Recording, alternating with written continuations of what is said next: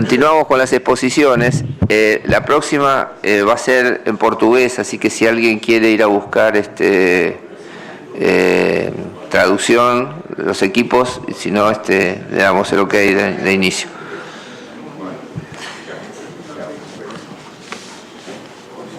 Esta exposición la va a dar el ingeniero Mauricio García, es graduado en Ingeniería Civil por la Universidad de San Pablo, Universidad Técnica de Berlín, doctor en Ingeniería de Construcción Civil y Urbana por la Universidad de San Pablo, con énfasis en el área de materiales de construcción. Es especialista en tecnología de materiales de construcción, en especial tecnología de hormigón y morteros. Es miembro de Ibracon, Red Rehabilitar y del Comité Brasilero de Túneles. Actualmente es consultor técnico de la División de Químicos para la Construcción Civil de BAF en Brasil.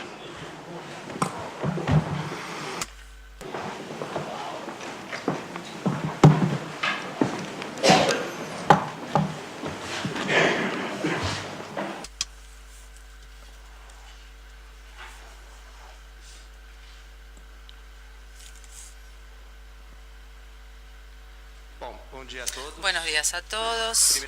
En primer lugar, quería disculparme porque voy a hacer mi presentación en portugués. Voy a intentar hablar lo más lento posible para que no tengamos problemas en cuanto a la comprensión. Prefiero hacerlo así en vez de matar el castellano en los próximos 40 minutos. Entonces les pido disculpas. Y quisiera comenzar agradeciendo a la Asociación Argentina de Túneles que me invitó, ¿no?, tan gentilmente para que viniera aquí a hablarles sobre la parte química de la construcción de túneles. Hemos visto desde ayer, ¿no?, bastante debate, discusión, principalmente sobre el hormigón lanzado, proyectado, discutimos bastante al respecto. Y la química es parte, ¿no?, de nuestra vida en todos los aspectos y no sería diferente, obviamente, en la parte de construcción de túneles. Para no volver, ¿no?, al tema de ayer que ya hablamos con relación al hormigón proyectado, creo que es interesante que esa discusión, digamos, se profundice, ¿no?, en la discusión, y lamentablemente ahora no sería suficiente, pero entonces hoy vamos a focalizarnos en los materiales para la construcción de túneles, en las tuneladoras, ¿no? Edson hizo una presentación de las tuneladoras, entonces hoy vamos a hablar de los elementos químicos necesarios en la operación de estos equipos. Hablando entonces de la parte de las tuneladoras trabajando en módulo EPB, existe una gama de productos que se pueden utilizar, que necesitan ser utilizados más bien en el proceso de construcción de túneles con tuneladoras.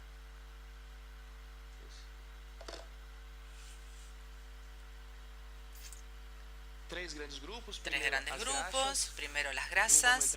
No vamos a profundizar mucho en esta presentación, que tienen la función de, digamos, sellar del rodamiento principal, un material muy importante para evitar que el suelo entre aquí y provoque algún daño en el equipo. Y vamos a hablar más de estos dos grupos, que son los selladores para promover la estanqueidad de la máquina dentro de la cámara de operación y principalmente de los acondicionadores de suelo. Creo que esta es la parte principal, que la química ha contribuido bastante para cambiar el panorama del uso de las tuneladoras, como se mencionó ayer. La frontera del uso de las máquinas EPB cada vez se va ampliando más, básicamente debido a la evolución en esta línea de materiales. Estamos hablando de los acondicionadores de suelo que se van a inyectar aquí, después lo vamos a ver cómo esto se realiza en la etapa de excavación. Cuando hablamos de una construcción de túnel con una tuneladora en el modo EPB, podemos imaginar una situación con un suelo con buena capacidad de soporte que podría trabajar, por ejemplo, con frente abierto. Básicamente tendría aquí, bueno, la cámara está llena, la presión del suelo suelo aquí. Sin embargo, si tenemos una situación en la que tengo agua que va a aparecer de este lado, el primer pensamiento sería equilibrar esto con que con aire, con presión de aire, solo que eso no es posible. Tenemos una diferencia en los gradientes de presión y esto puede causar tenemos un riesgo grave, ¿no?, en la operación. O sea, podemos tener problemas con asentamiento en la superficie del terreno, porque esa burbuja de aire puede salir. Entonces esto se minimiza trabajando en modo EPB, en el cual vamos a llenar la cámara con un material tratado, el suelo tratado, con los acondicionadores y después el diagrama de equilibrio de tensiones. El ajuste es mejor y minimizamos los problemas que podemos tener con relación al asentamiento en la superficie del terreno. Hablando un poco de los suelos, tenemos aquí tres tipos de suelo principales: las arcillas, las gravas, los silts. O sea, cada uno tiene un comportamiento diferente. Tenemos fricción y cohesión.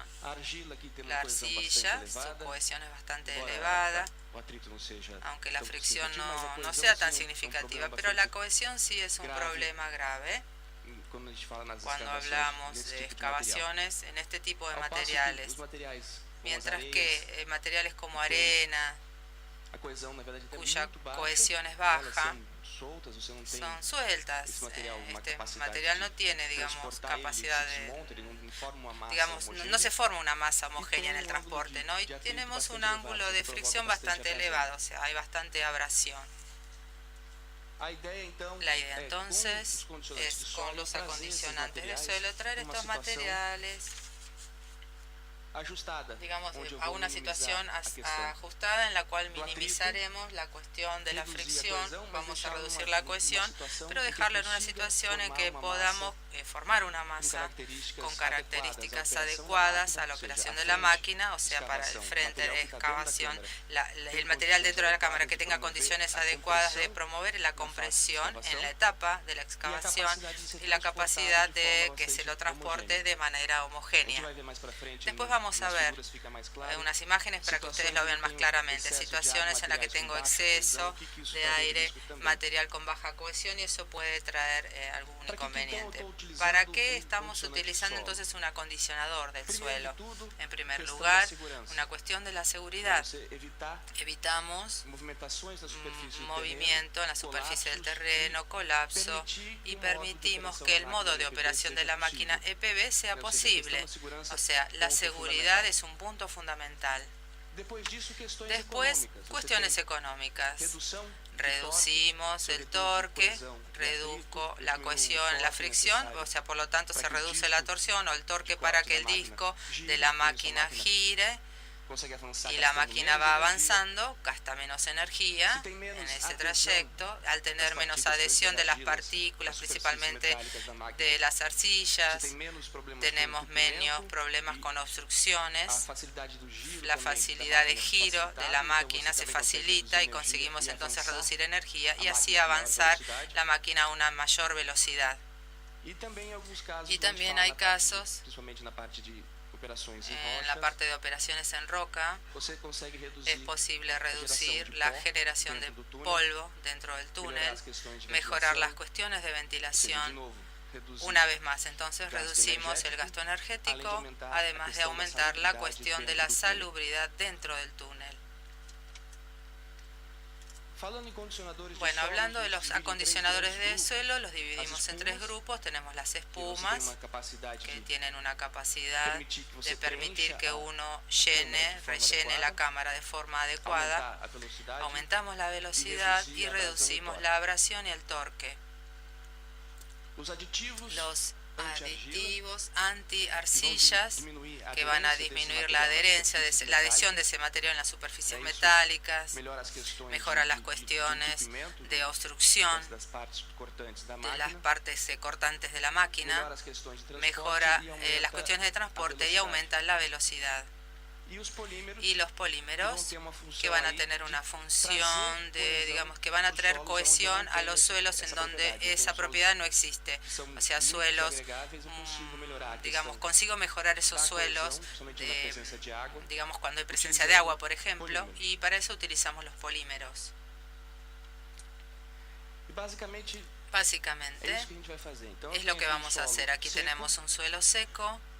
Si yo agrego agua, observamos que la condición del suelo mejora. Es lo que se pensaba, ¿no?, en un primer momento, pero todavía no está en una condición ideal. Necesito mejorar esta condición del suelo.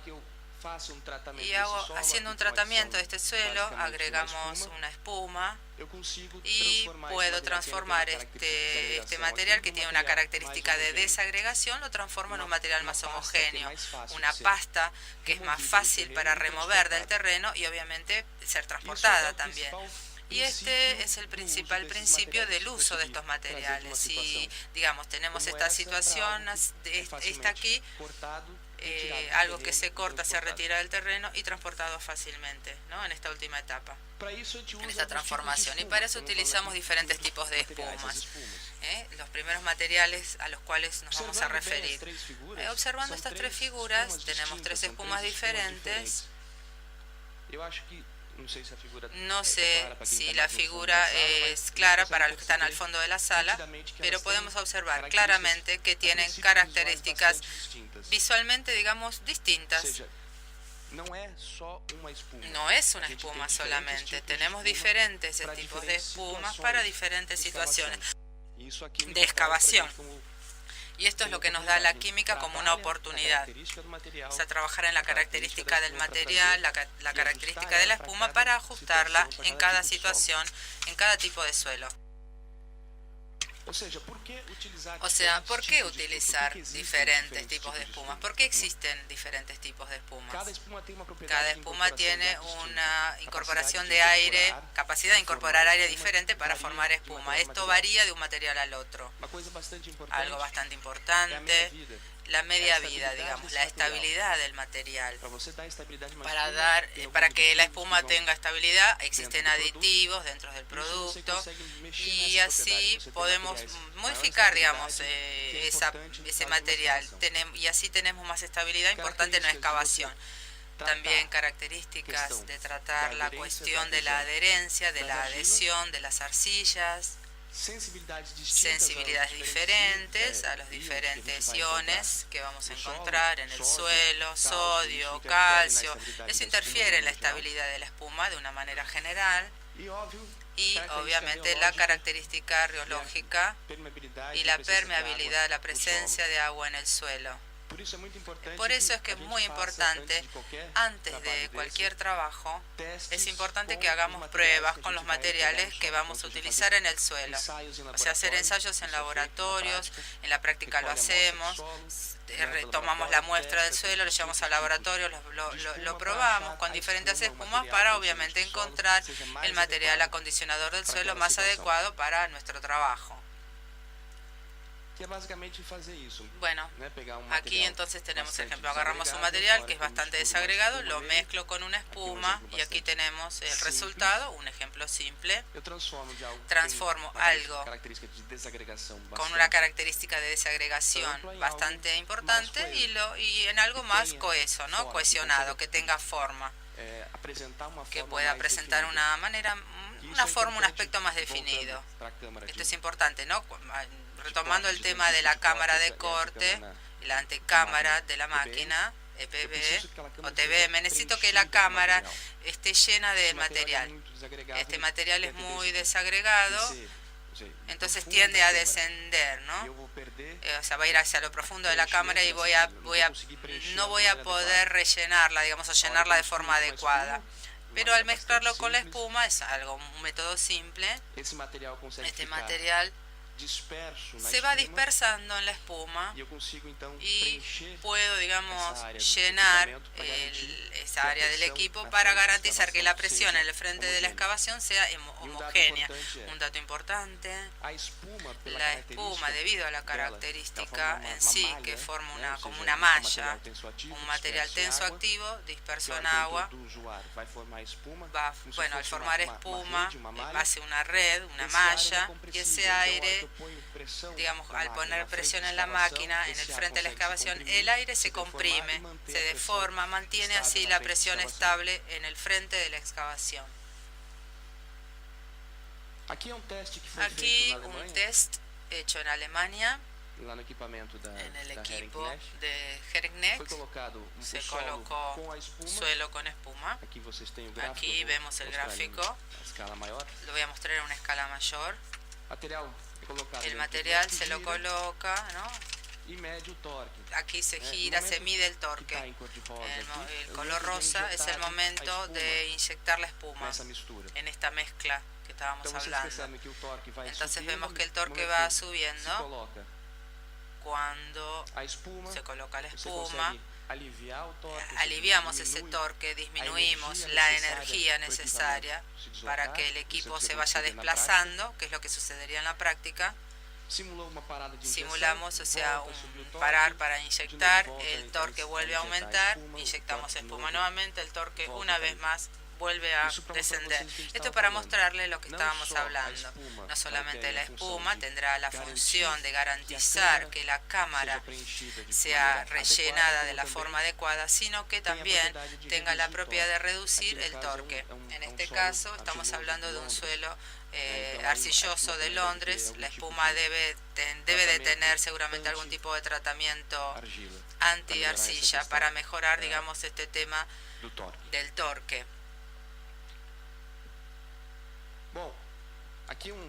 Aquí tenemos un esquema del frente del disco de corte. Les voy a mostrar un video rápidamente.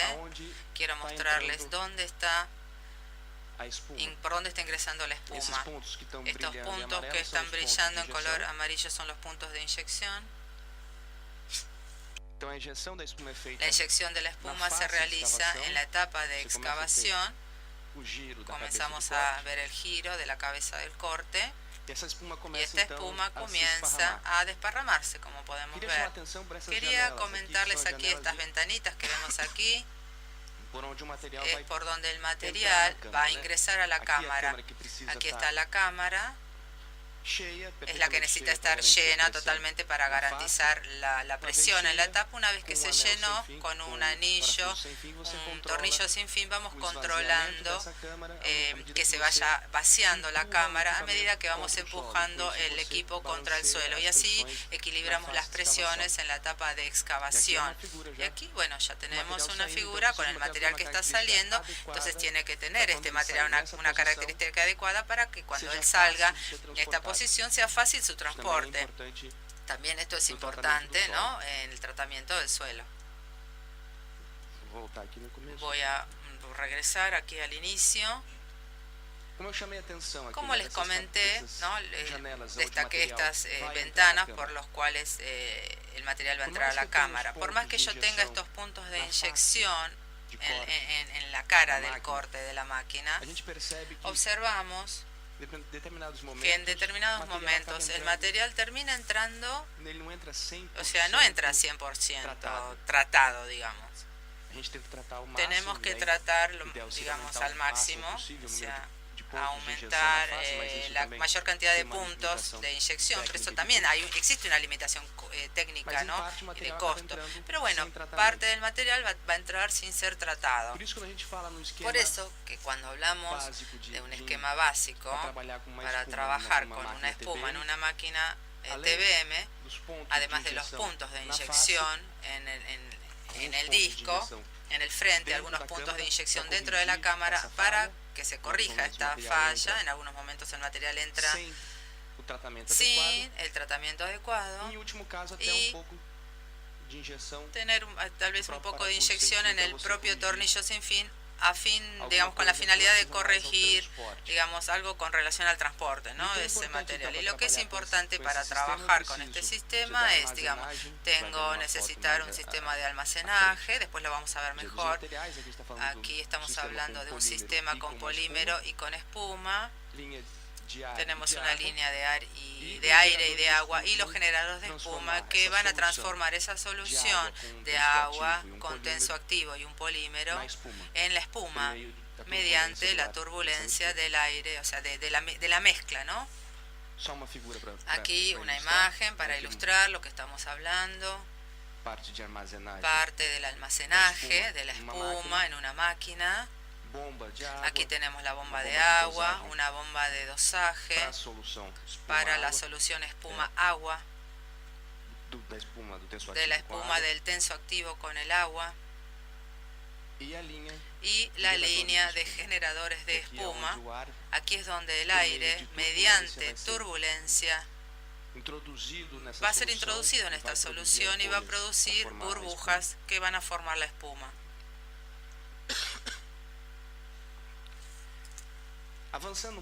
Avanzando un poco en ese segundo grupo, la cuestión de los materiales anti-arcilla. ¿Cuál es la idea?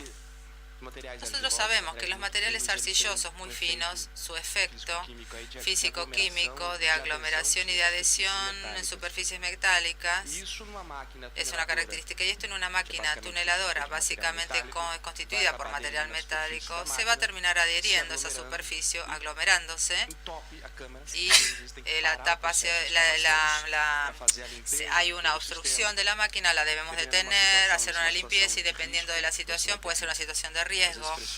A veces vamos a necesitar presurizar la cámara con aire, que entre una persona en una situación hiperbárica, en fin. Entonces la idea es proporcionar mediante un aditivo junto con la propia espuma hacer un efecto de dispersión de las partículas de arcilla, y eso es posible hacerlo, y como resultado tenemos entonces esto es lo que vemos aquí. Tenemos una arcilla de la región de Bolonia mezclada simplemente con agua y espuma. Es algo, aquí es como si fuera una batidora, el dispositivo donde mezclamos los tres materiales, se bate, se produce la mezcla, comienza el proceso de aglomeración junto a las palas, y esto es lo que sucede dentro de la cámara. Vamos a tener este efecto dentro de la cámara del TBM, y acá va obstruyendo el TBM, la máquina, ¿no? Entonces, al colocar este tipo de aditivos podemos tener un efecto de dispersión en la masa y transformar esta masa en algo más fluido. Y aquí es el resultado, ¿no? O sea, la misma pala de mezcla vemos, ¿no? En una situación cuando la masa tiene aditivo, no hay adherencia del material a la pala en esta superficie metálica. Aquí tenemos un ejemplo de un subteómetro en Toulouse, la línea B, una situación en que tenemos material sin aditivo, tenemos las ventanas por donde el material entra a la cámara, están parcialmente obstruidas estas ventanas por el propio material que se va adhiriendo a la superficie metálica. Y aquí tenemos una situación con aditivo, entonces las ventanas están limpias.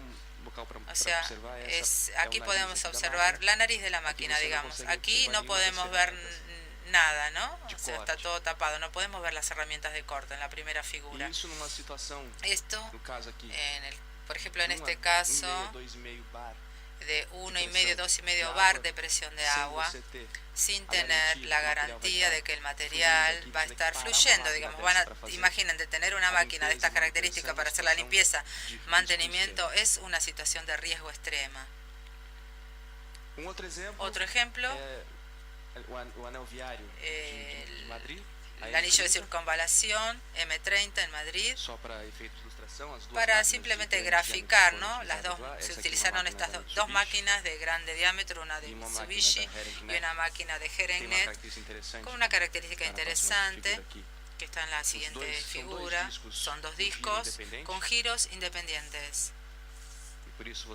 Por eso tenemos aquí un sinfín para la cámara del medio y los dos sinfín para la cámara externa, diseños diferentes de máquinas. La situación de esta máquina de Mitsubishi funcionando con aditivo, podemos observar todas las herramientas limpias, la cámara limpia. Podemos avanzar sin problemas de aglomeración del material dentro de la cámara. Aquí la máquina de Heregnet en la misma situación. Aquí tenemos los discos de corte bien limpios, podemos observar, o sea, no hay problema de adherencia en la superficie metálica del material.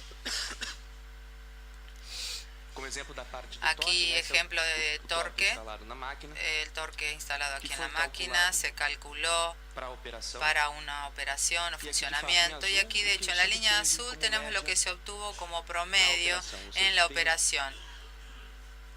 Tenemos menos de la mitad de lo que fue, digamos, calculado para la máquina. Eso debido al uso de un acondicionamiento más adecuado del suelo, o sea, de hecho conseguimos, ¿no?, economizar, ahorrar energía y aumentar la cuestión de la velocidad de avance de la máquina. Esta aquí es una imagen de un colega nuestro que tiene mucho éxito. Esta primera figura no es de él, ¿no? O sea, creo que todos la conocemos, esta imagen, la huella del hombre en la luna. O sea, perfecta la marca, ¿no?, de la suela del calzado. Lamentablemente esto es lo que sucede en un suelo arcilloso. No podemos marcar, no podemos verla, aunque pisemos en un suelo, no hay definición de la suela, ¿no? O sea, no tenemos definición a causa de la adherencia, ¿no?, del suelo en la suela. Y aquí el mismo pie, un pie de un colega nuestro, no es mi pie, en un suelo tratado de forma adecuada. O sea, aquí podemos ver las marcas de la suela. Bien definida, ¿no? Y la idea es esta, ¿no?, con un tratamiento para arcilla, que podamos evitar este efecto de adherencia o de adhesión del material en las superficies. De forma rápida vemos aquí un gráfico con varias EPB del mundo. Aquí tenemos el avance durante semanas o por semanas. En la primera línea tenemos la máquina de Madrid. Podemos ver que su avance con acondicionamiento adecuado es bastante evolucionado, o sea, la máquina avanzó a una velocidad bastante interesante debido al tratamiento adecuado del suelo. Otro ejemplo más reciente del metro del subte de Toronto, concluido, terminado. Se hizo un test, una prueba, 2 tuneladoras en paralelo. De un lado se usó aditivo y en el otro no se usó aditivo en los últimos 100 metros para, digamos, testear, ¿no?, hacer una prueba. Y aquí vemos la obturación de los frentes de excavación. El lado que no utilizó aditivo anti-arcilla terminó, digamos, concluyó, pero a velocidades bajas, ¿no? Costó mucho. Entonces esto podemos observar por esta apariencia que no podemos definir ni siquiera una ventana, ninguna herramienta de corte, totalmente obstruida la máquina. Se hizo a propósito este test, como dije, o sea, no excavamos los últimos metros, digamos, se rompió, digamos, en base a la fuerza bruta. Digamos, rompimos, excavamos con la fuerza bruta. Y aquí tenemos, bueno, el ejemplo, utilizando aditivo, la situación mejoró bastante, ¿no?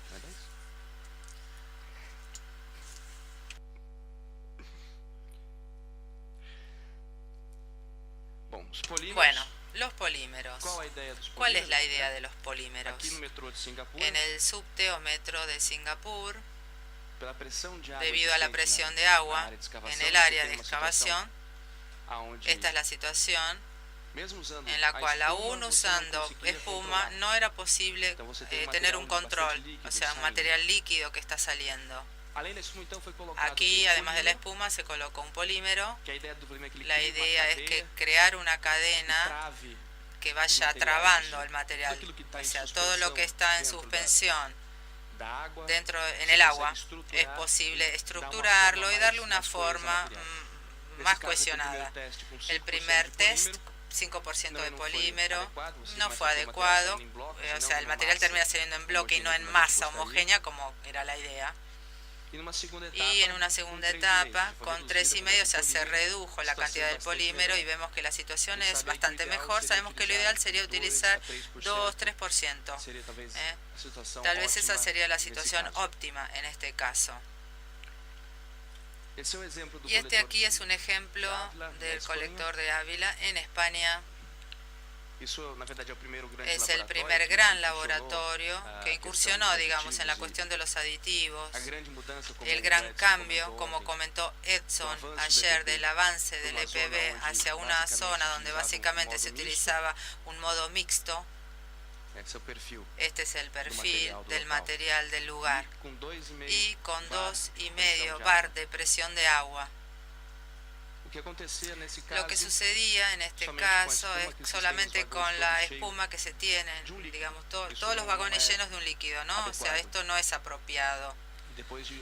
Después de algunos intentos, algunos test, pruebas utilizando espuma y polímero, pudimos llegar, o se pudo llegar a esta situación, digamos, de obtener una masa plástica, que es lo que buscamos para utilizar dentro de una máquina TBM.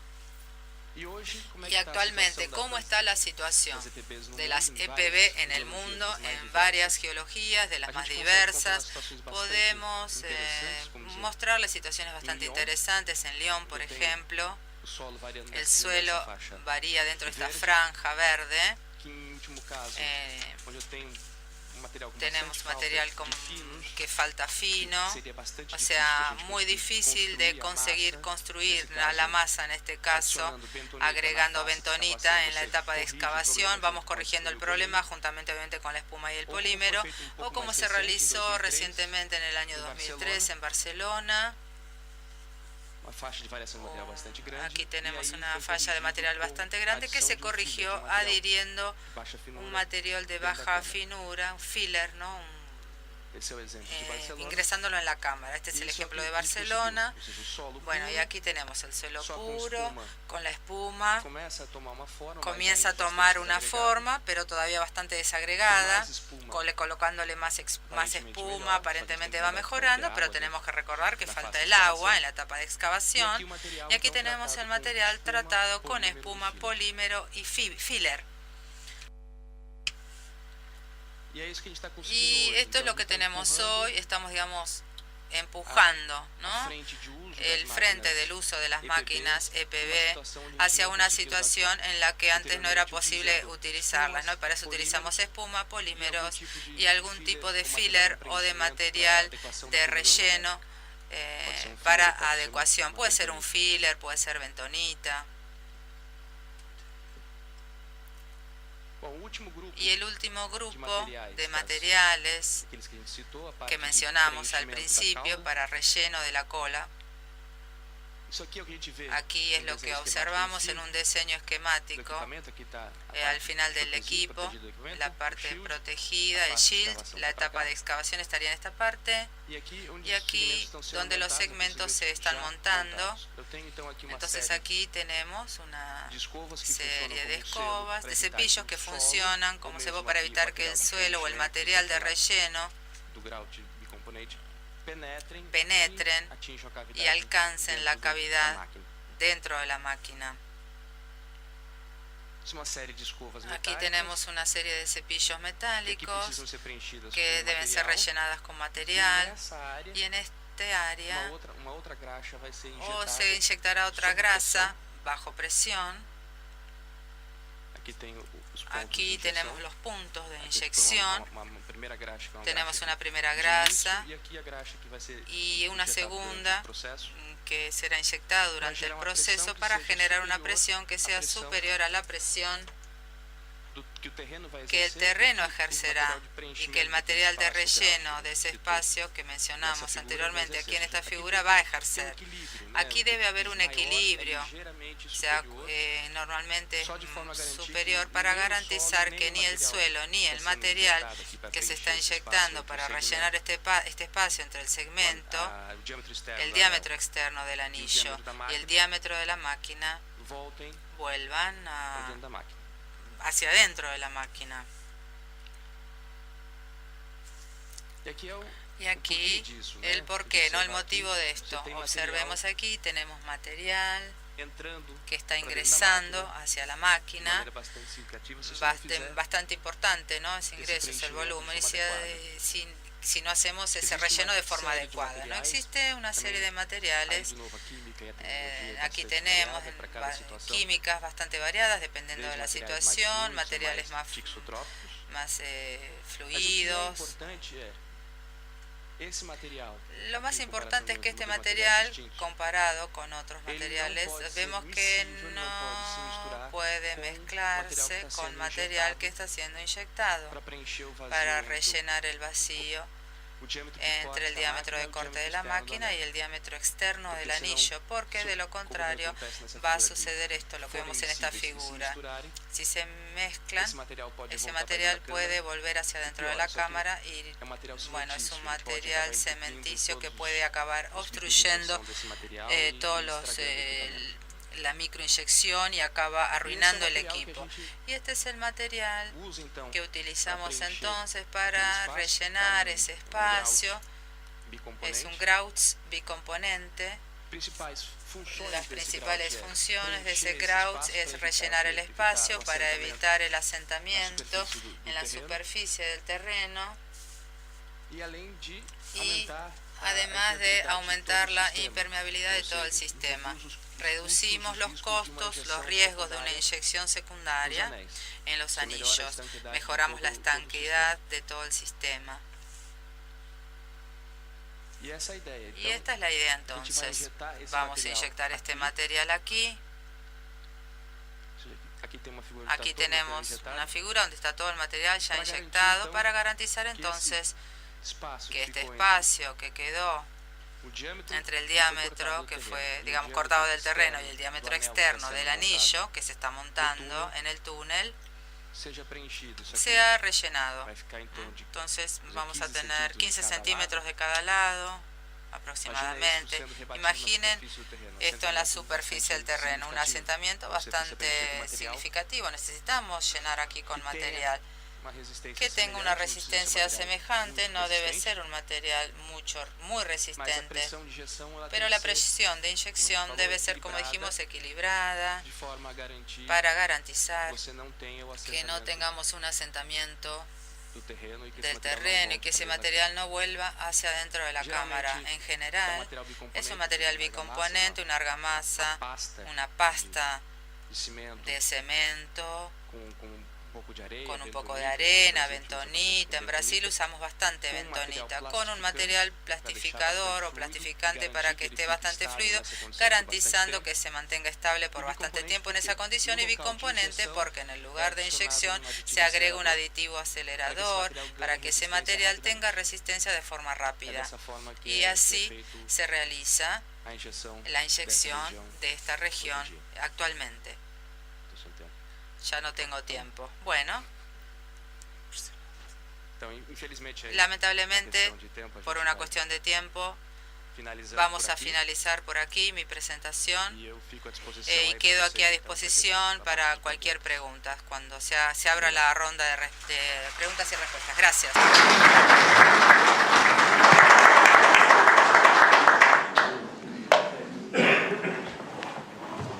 Le damos gracias al ingeniero Mauricio García y pasamos a presentar a la próxima ponencia. La va a dar la ingeniera Laura Bacha, que es directora de Programación y Ejecución de Obras de Agua y Saneamiento Argentino. También es docente de la Cátedra de Hidráulica General de la Universidad Católica y de la Universidad de Buenos Aires. Y el ingeniero Pedro Rondinelli, que es director de Grandes Conductos de AISA. Adelante.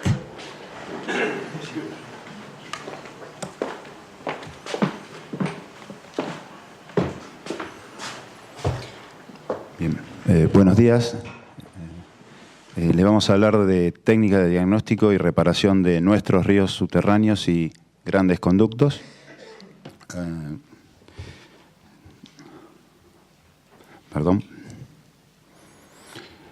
Bien, nuestros ríos subterráneos son grandes acueductos que transportan agua potable a gravedad y tienen un diámetro aproximado de 2,60 m a 4,60 m.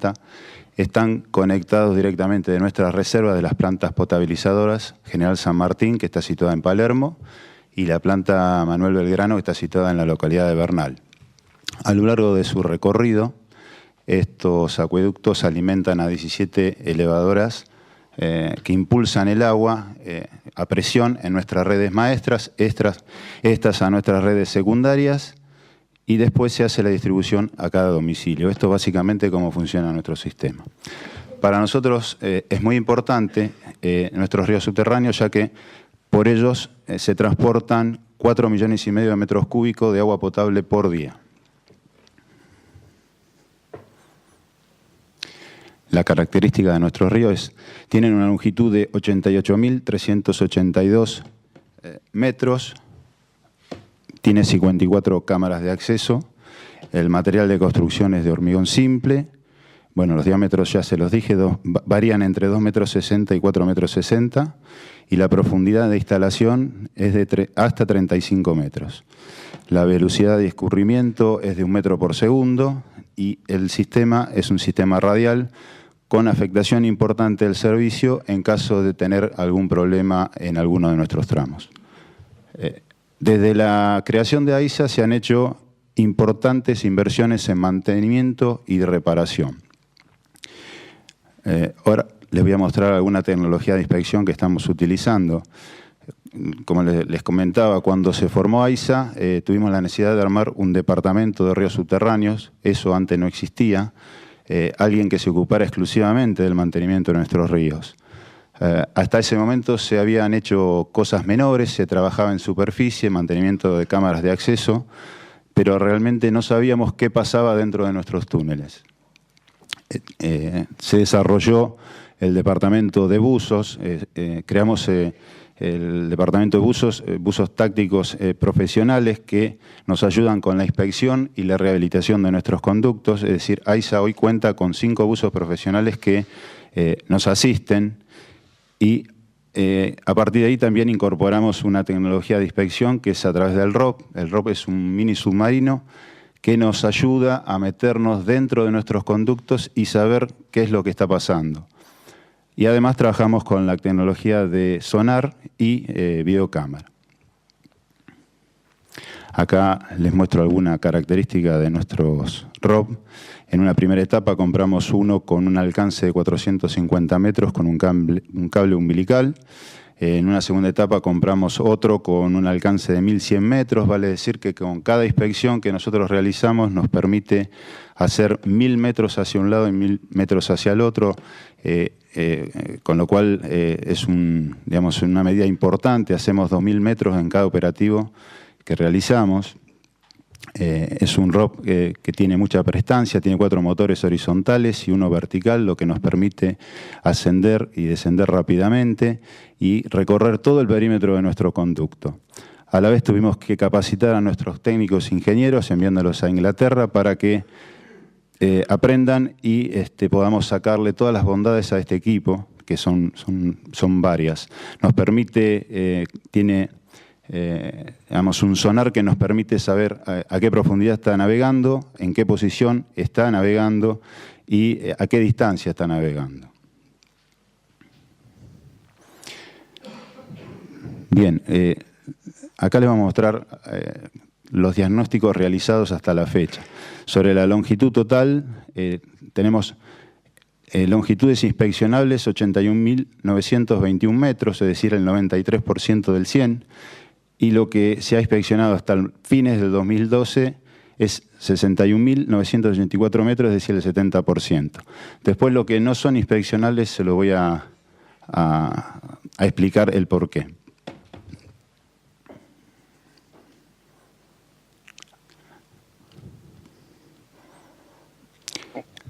Este es un plano que explica un poco la distribución de nuestros ríos.